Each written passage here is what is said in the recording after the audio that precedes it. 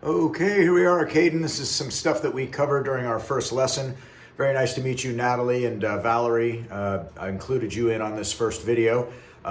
So here we go. These are chord boxes, right? And that's part of the sheet I gave you. And you're noticing in the key of G, you're going to play these chords. They make sense. So the first one is, as we look at this here, this is what your fingers are doing. So I'm just going to kind of pull the guitar into the camera frame here, and you can see all the way down with that finger, and then slide as close as you can to the right side as we're looking at it, right? And then you get that nice G chord there, making sure your fingers are nice and bent so that the other strings can ring underneath them.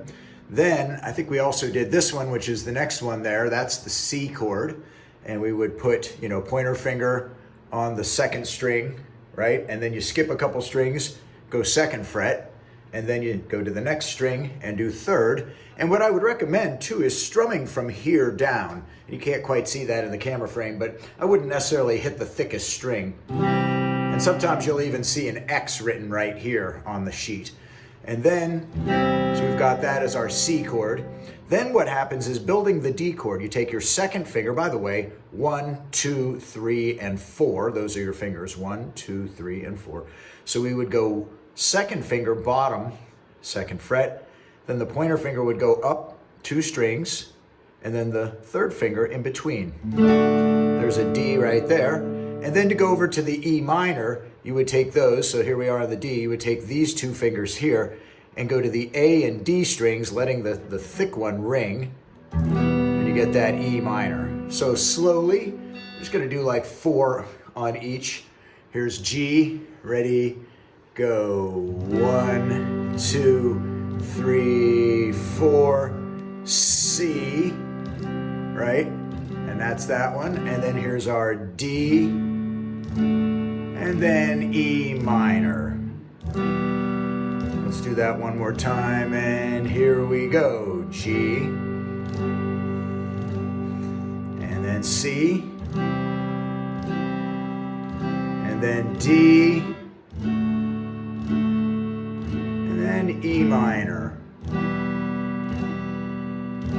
Okay, so there's that. Now, when and we don't necessarily need to put on distortion right now, but when you put on distortion, Smoke on the Water sounds, a little bit more like the song. However, what you're really looking at is when you're plucking it, is you can really just do this one, and this one, and you don't even really need a pick. You can just use these.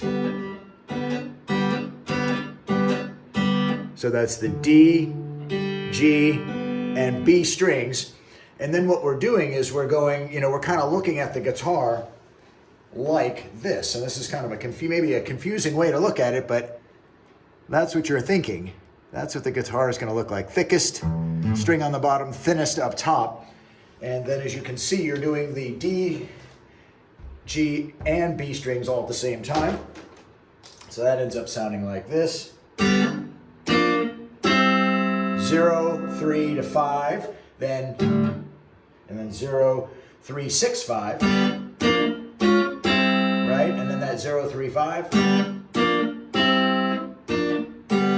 here's that again.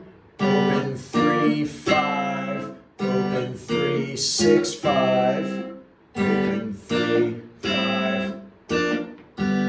So that's the other thing that we covered there. And then I will check out your Boy with Ook song. I haven't had a chance to check that out, but I will. And I may send you another video later this week. But yeah, let's just get solid on how to read stuff, right? This is how you look at chords. This is how you would play riffs, what are called guitar riffs. So between the two of these, most songs will fall into one or both categories sometimes. So, all right, well, great to meet you, and look forward to seeing you next week. Take care.